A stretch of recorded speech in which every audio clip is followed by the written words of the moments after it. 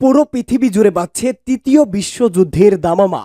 আর এরই মধ্যেই আমাদের হাতে এসে পৌঁছেছে গুরুত্বপূর্ণ আন্তর্জাতিক সংবাদ। শুরুতেই শিরোনাম। আইএস তথা দায়েশ ও মার্কিন সেনাদের মধ্যে বিশেষ যোগসাজের নতুন খবর। এরপরেই জানাবো ভয়ঙ্কর মার্কিন ড্রোন ভূপাতিত করল ইয়েমেন। এদিকে জরুরি হাসপাতালে ভর্তি কি হলো ইসরায়েলি প্রধানমন্ত্রীর। জানিয়ে দিব বিশ্বে যুদ্ধে ক্ষতির শিকার রেকর্ড সংখ্যক শিশু। এবং সর্বশেষ থাকবে ইউক্রেনীয় বাহিনীর হাতে আটক কয়েকজন উত্তর কোরিয়া সেনার মৃত্যু, জেলেনস্কির দাবি। এতক্ষণ শুনছিলেন সংবাদ শিরোনাম, এবারে বিস্তারিত। আইএস তথা দায়েশ ও মার্কিন সেনাদের মধ্যে বিশেষ যোগসাজের নতুন খবর। সিরিয়ায় মার্কিন সেনাদের রহস্যময় ও সন্দেহভাজন তৎপরতা বেড়ে গেছে। সংবাদ সূত্রগুলো জানিয়েছে কথিত ইসলামিক স্টেট বা আইএস তথা দায়েশের সঙ্গে মার্কিন সেনাদের গোপন সমঝোতা ও যোগসাজের নির্দেশন দেখা গেছে। ইরাকের আল মালুমা নামক সংবাদ সংস্থা আজ ভোরবেলায় জানিয়েছে মার্কিন সেনাদের একটি গাড়িবহর সন্ত্রাসী আইএস এর সহায়তা নিয়ে পূর্ব সিরিয়ায় দেইর আজ-জুর মরু অঞ্চলের 40 কিলোমিটার ভেতরে প্রবেশ করেছে। মার্কিন সেনাদের এই কাফেলায় রয়েছে 13টি সামরিক যান। দেইর আজ-জুর অঞ্চলে দায়েশের লোকজন ছড়িয়ে ছিটিয়ে থাকলেও মার্কিন সেনাদের এই কাফেলা কোনো বাধার সম্মুখীন না হওয়ায় অগ্র অভিযান চালিয়ে যাচ্ছে। এমনকি এই মার্কিন কাফেলার সঙ্গে এই সুদীর্ঘ চলার পথে দায়েশের সঙ্গে কোথাও একটি গুলি বিনিময়ের ঘটনাও ঘটেনি। অথচ গত 2 সপ্তাহ বহু সিরীয় সেনা অপহৃত হয়েছে এবং অনেক সিরীয় সেনাকে হত্যা করা হয়েছে।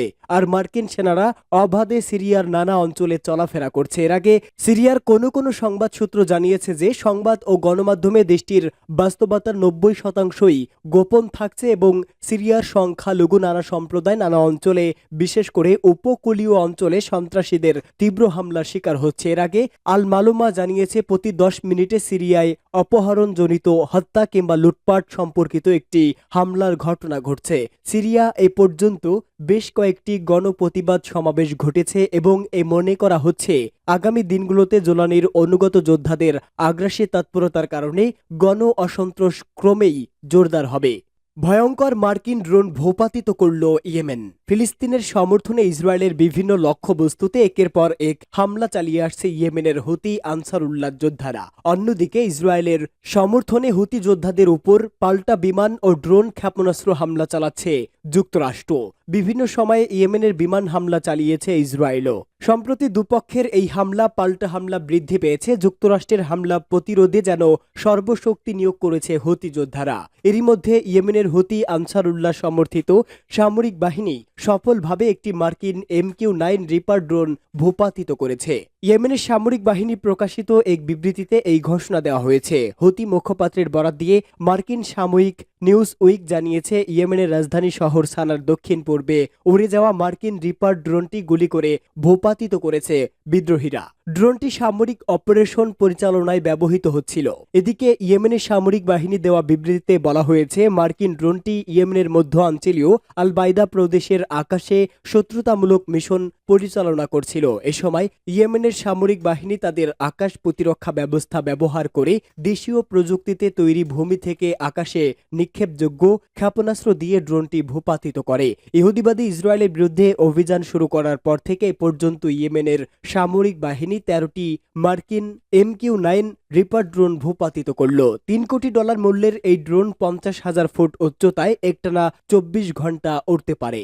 জরুরি হাসপাতালে ভর্তি কি হলো ইসরায়েলি প্রধানমন্ত্রীর।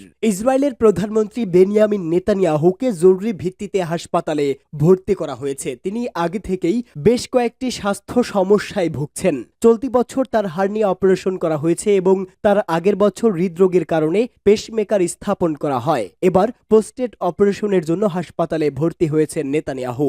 সম্প্রতি তার মূত্রনালী সংক্রমণ ধরা পড়েছে। এখন তিনি এই চিকিৎসার জন্য প্রস্তুত হচ্ছেন। করা হবে অস্ত্রোপচার। এর আগে 2022 সালের 15 জুলাই নেতানিয়াহুকে মাথা ঘোরানোর সমস্যা নিয়ে হাসপাতালে ভর্তি করা হয়েছিল। ইসরায়েলি প্রধানমন্ত্রীর অফিস থেকে জানানো হয় তিনি পানি শূন্যতায় ভুগছিলেন, তবে তার শারীরিক অবস্থা স্থিতিশীল ছিল। এদিকে নেতানিয়াহুর এই অস্ত্র পাচার এমন এক সময় হচ্ছে যখন গাজায় তার পরিচালিত যুদ্ধের কারণে হাজার হাজার ফিলিস্তিনি রোগী ও আহত ব্যক্তিরা জরুরি চিকিৎসা থেকে বঞ্চিত হয়ে ধুকে ধুকে মরছে। গাজা স্বাস্থ্য মন্ত্রণালয় শনিবার সতর্ক করে জানিয়েছে, হাসপাতাল সহ অন্যান্য স্বাস্থ্যসেবা কেন্দ্রে পানি, বিদ্যুৎ, খাদ্য ও চিকিৎসা সরঞ্জামের অভাবে রোগীদের জীবন মৃত্যুর দ্বারপ্রান্তে ঠেলে দেওয়া হয়েছে। এর আগে শুক্রবার কামাল আদওয়ান হাসপাতালের পরিচালক ডক্টর হুসাম আবু সাফিয়াকে ইসরায়েলি বাহিনী আটক করে নিয়ে গেছে এবং হাসপাতালটি জ্বালিয়ে দেওয়া হয়েছে। এই পরিস্থিতি ফিলিস্তিনিদের চিকিৎসা প্রাপ্তিকে আরও কঠিন করে তুলেছে। নেতানিয়াহুর অস্ত্র পাচার এবং গাজার পরিস্থিতি উভয় ইসরায়েলের বর্তমান রাজনৈতিক ও মানবিক সংকটকে নতুনভাবে সামনে তুলে ধরেছে। সূত্র আল মায়াদিন। বিশ্বে যুদ্ধে ক্ষতির শিকার রেকর্ড সংখ্যক শিশু। জাতিসংঘের শিশু বিষয়ক সংস্থা ইউনিসেফ জানায়, 2024 সালে গাজা, ইউক্রেন সহ বিশ্বের বিভিন্ন অঞ্চলে যুদ্ধের কারণে হাজার হাজার শিশু নিহত হয়েছে। যুদ্ধে সেই সংখ্যক শিশু নিহত হয়েছে, তার চেয়ে বেশি সংখ্যক অপুষ্টিতে ভুগছে, যেতে পারছে না স্কুলে এবং পাচ্ছে না টিকার মতো অতি প্রয়োজনীয় স্বাস্থ্যসেবা। এক বিবৃতিতে সংস্থাটি জানায়, রেকর্ড সংখ্যক শিশু যুদ্ধ আক্রান্ত এলাকায় বাস করছে কিংবা বাস্তুচ্যুত হয়েছে। অতীতে কখনো এত সংখ্যক শিশু আক্রান্ত হয়নি। সংস্থাটির অনুমান, সারা বিশ্বে 473 মিলিয়নের বেশি শিশু যুদ্ধ আক্রান্ত এলাকায় বাস করছে, অর্থাৎ প্রতি 6 জনে এক শিশু এমন পরিস্থিতির শিকারের ফলে রেকর্ড সংখ্যক শিশু মারা গেছে, আহত হয়েছে কিংবা অধিকার বঞ্চিত হয়েছে।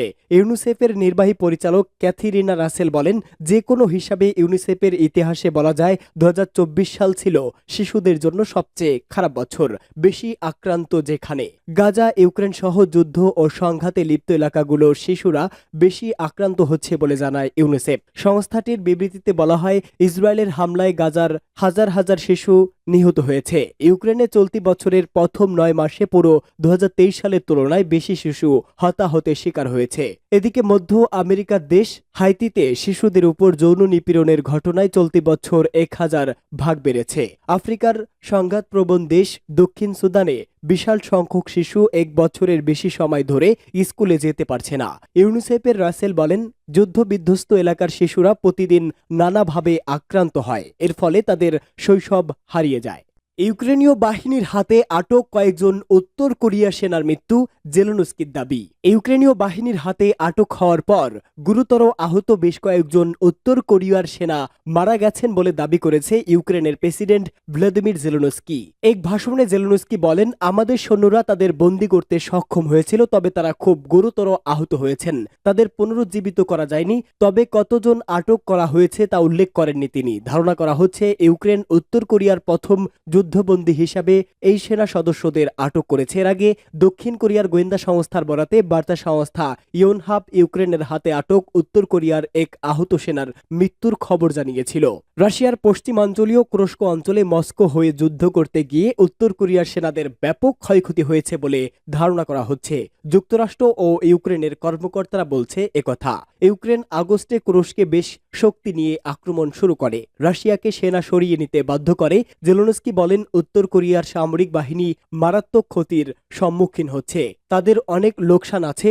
আমরা দেখতে পাচ্ছি রাশিয়ান সামরিক বাহিনী এবং উত্তর কোরিয়ার তত্ত্বাবধায়করা এই কোরিয়ানদের বেঁচে থাকার বিষয়ে মোটেও আগ্রহী নয়। সেউলের গোয়েন্দা সংস্থা জানিয়েছে, তারা মিত্রদের সঙ্গে গোয়েন্দা তথ্য ভাগাভাগির মাধ্যমে এই আটকের তথ্য পেয়েছে, তবে কোনো দেশের নাম উল্লেখ করেননি। যদিও মস্কো বা পিংউইং কেউ আনুষ্ঠানিকভাবে রাশিয়ায় উত্তর কোরিয়ার সেনাদের উপস্থিতির কথা স্বীকার করেনি।